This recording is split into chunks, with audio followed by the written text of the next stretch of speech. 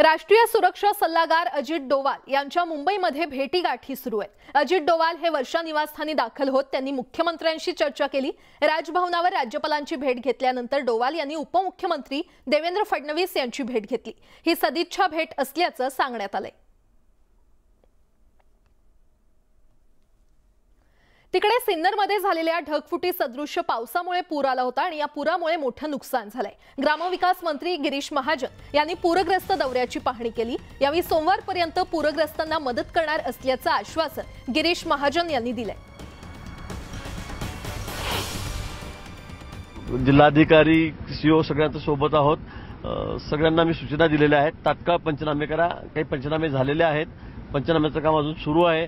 पंचनामे झाल्याबरोबर परवा सोमवारी सगळ्यांना आम्ही जी मदत प्राथमिक नियमानुसार आहे ते आम्ही त्या ठिकाणी देऊ। पंचनामे पूर्ण झाले की सगळ्यांना जी नियमानुसार आहे, म्हणजे आपण जी कोल्हापूर सांगलीला मदत केली, जी कोकणामध्ये मदत केली, त्याच धर्तीवर या ठिकाणी आम्ही मदत करू।